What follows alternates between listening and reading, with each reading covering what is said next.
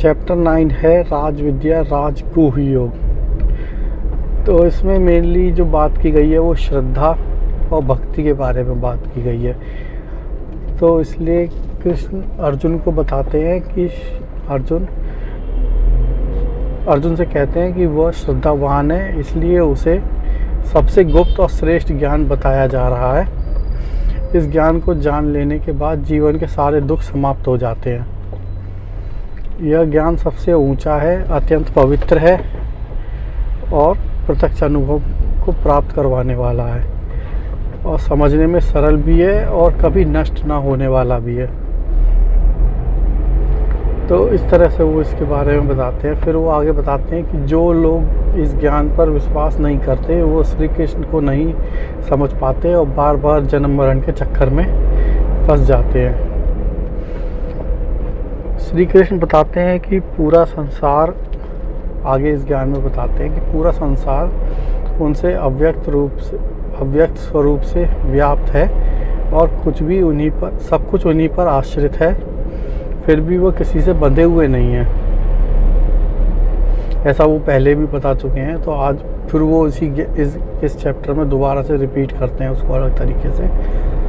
फिर वो कहते हैं कि वे सबको धारण करते हैं पर स्वयं किसी से जुड़े नहीं हैं। यही उनकी योग माया है। योग माया के बारे में उन्होंने पिछले चैप्टर में बताया था कि योग माया ऐसे है जैसे बादल आकाश में सूर्य को ढक लेते हैं, तो उनका स्वरूप सूर्य जैसा है और योग माया बादल जैसी है, जो उन्हीं की योग माया है, उन्हीं की माया है। तो फिर वो इस चैप्टर में आगे बताते हैं कि जैसे वायु हर जगह रहते हुए भी आकाश में स्थित रहती है, वैसे ही समस्त जीव श्री कृष्ण में स्थित रहते हैं, यानी कि उनमें स्थित रहते हैं। सृष्टि के अंत में सभी प्राणी उन्हीं में लीन हो जाते हैं और नई सृष्टि में आरंभ में वह सब पुनः प्रकट हो जाते हैं। तो ये साइकिल चलती रहती है। यही उन्होंने पिछले चैप्टर में भी बताया था कि कैसे वो ब्रह्मांड की रचना करते हैं और फिर बाद में उसी में लीन हो जाता है, उन्हीं में लीन हो जाता है ब्रह्मांड। वे बताते हैं कि वे अपनी प्रकृति के माध्यम से बार बार इस संसार की रचना करते हैं और ये सभी कर्म उन्हें बांधते नहीं हैं। ये रचना और विलय, ये सब कर्म उन्हें बांधते नहीं, क्योंकि वो इन सब से सदा अलग रहते हैं और साक्षी रूप में स्थिर रहते हैं। और बस एक तरह से ये उनका स्वभाव है। प्रकृति का सृजन और विलय और ये सारी साइकिल, ये परमात्मा का स्वभाव बताया गया है। और एक और उपमा भी दी गई है इसको मकड़ी की। जैसे मकड़ी अपने अंदर से जाला निकालती है और इस तरह से संसार सारा निर्मित होता है परमात्मा की चेतना से ही, और फिर उसके बाद मकड़ी वो सारा जाला अपने अंदर समेट लेती है, खा जाती है। वैसे ही परमात्मा भी सारा संसार अपने अंदर समेट लेते हैं। तो इसी तरीके से यहाँ पे भी कृष्ण बताते हैं सीधे शब्दों में। फिर वो आगे बताते हैं कि उनकी उपस्थिति से ही प्रकृति कार्य करती है और इसी कारण से यह संसार चलता है। अल्प बुद्धि वाले जो लोग होते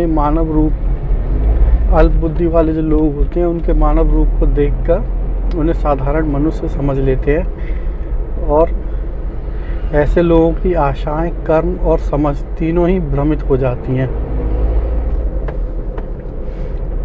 वही बताते हैं, इसीलिए सिर्फ वो राजगुह योग भी बोला गया है, क्योंकि उनका ये ज्ञान जो है ये गुही ज्ञान है, हर कोई इसे नहीं समझ पाता है।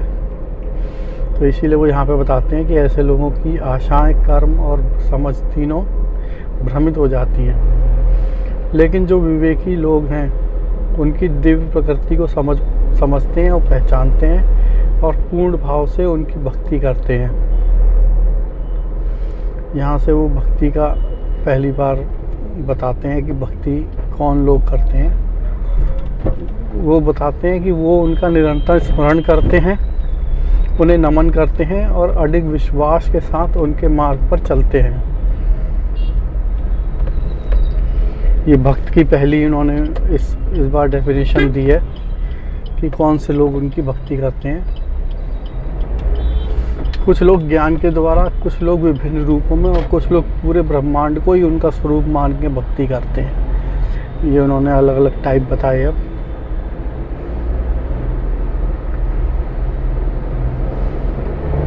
फिर वो विधि बताते हैं कि यज्ञ से, मंत्र से, औषधि से, अग्नि से, आहुति से, इन सब से लोग उनकी पूजा करते हैं और इन सब का वास्तविक स्वरूप भी वही खुद ही हैं।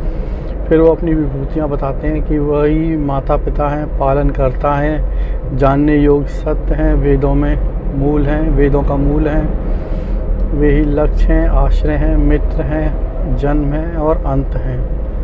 वही धूप देते हैं, वर्षा कराते हैं, जीवन का भी आधार और मृत्यु का भी आधार वही है।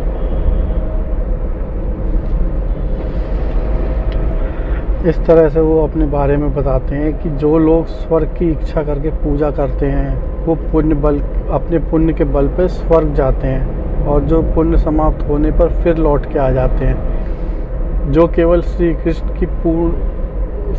पर पूर्ण भरोसा रखते हैं और उन्हीं की पूजा करते हैं, उनकी जिम्मेदारी वो स्वयं लेते हैं और उनकी आवश्यकताओं को ध्यान में रखते हैं।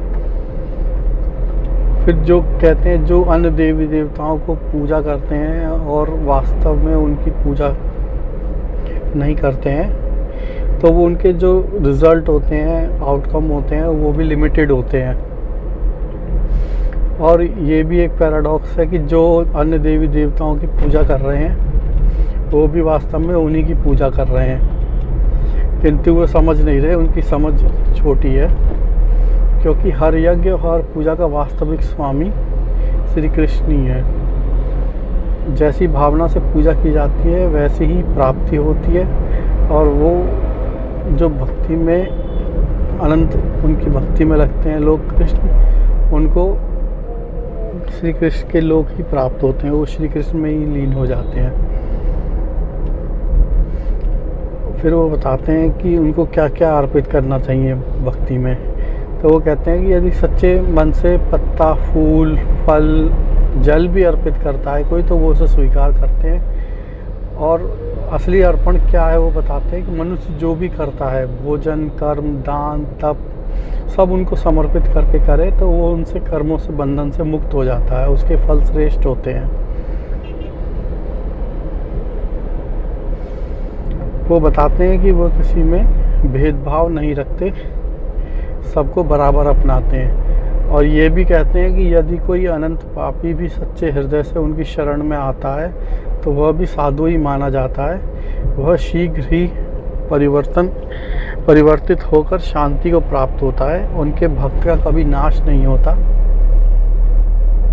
फिर वो लास्ट में बताते हैं कि कैसे स्त्री, वैश्य, शूद्र कोई भी हो, यदि जो भी उनकी शरण में आता है तो परम लक्ष्य को प्राप्त कर जाता है। इसलिए विवेकी सद्गुणी लोग उन्हीं के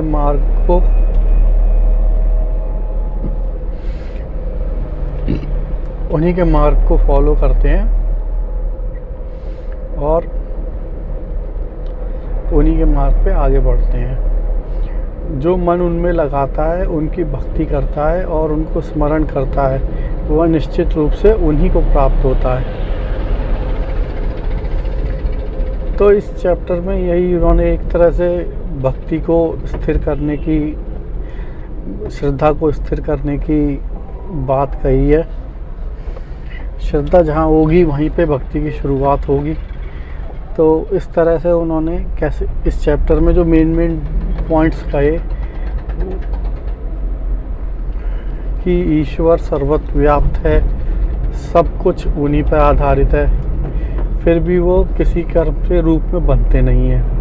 सबसे पहली बात तो उन्होंने ये कही। फिर उन्होंने कहा जो व्यक्ति केवल फल, विधि या स्वर्ग की इच्छा से पूजा करता है वो बार बार इसी चक्र में लौट जाता है और फंसा रहता है। फिर उन्होंने ये कहा कि जो सरल भाव से उन्हीं की भक्ति करता है और बिना शर्त समर्पण करता है, अपने प्रत्येक कर्म को ईश्वर की अर्पित करता है, उनकी पूजा बना देता है, तो वो ईश्वर को ही प्राप्त होता है। फिर वो कहते हैं कि ईश्वर किसी से भेदभाव नहीं करता, यानी कि श्री कृष्ण किसी से भेदभाव नहीं करते। सच्ची शरण में आया हुआ व्यक्ति कोई भी उसको अपने में स्वीकार करते हैं और उसका रूपांतरण हो जाता है उन्हीं की श्रद्धा से। इस अध्याय का ये जो स्पष्ट निष्कर्ष यही है कि अनन्य भक्ति और पूर्ण समर्पण से ही कर्म बंधनों से मुक्ति मिलती है। अगला चैप्टर भी इसी कंटिन्यूटी है, चैप्टर 10। उसमें वो और डिटेल में बताएंगे और उसमें मेन विभूतियाँ बताएंगे, अपनी मेन जो भी उनकी एक जहाँ पे उनको हम देख सकते हैं, जहाँ पे उनको हम महसूस कर सकते हैं, वो विभूतियाँ बताएंगे। तो देखते हैं चैप्टर 10 में फिर।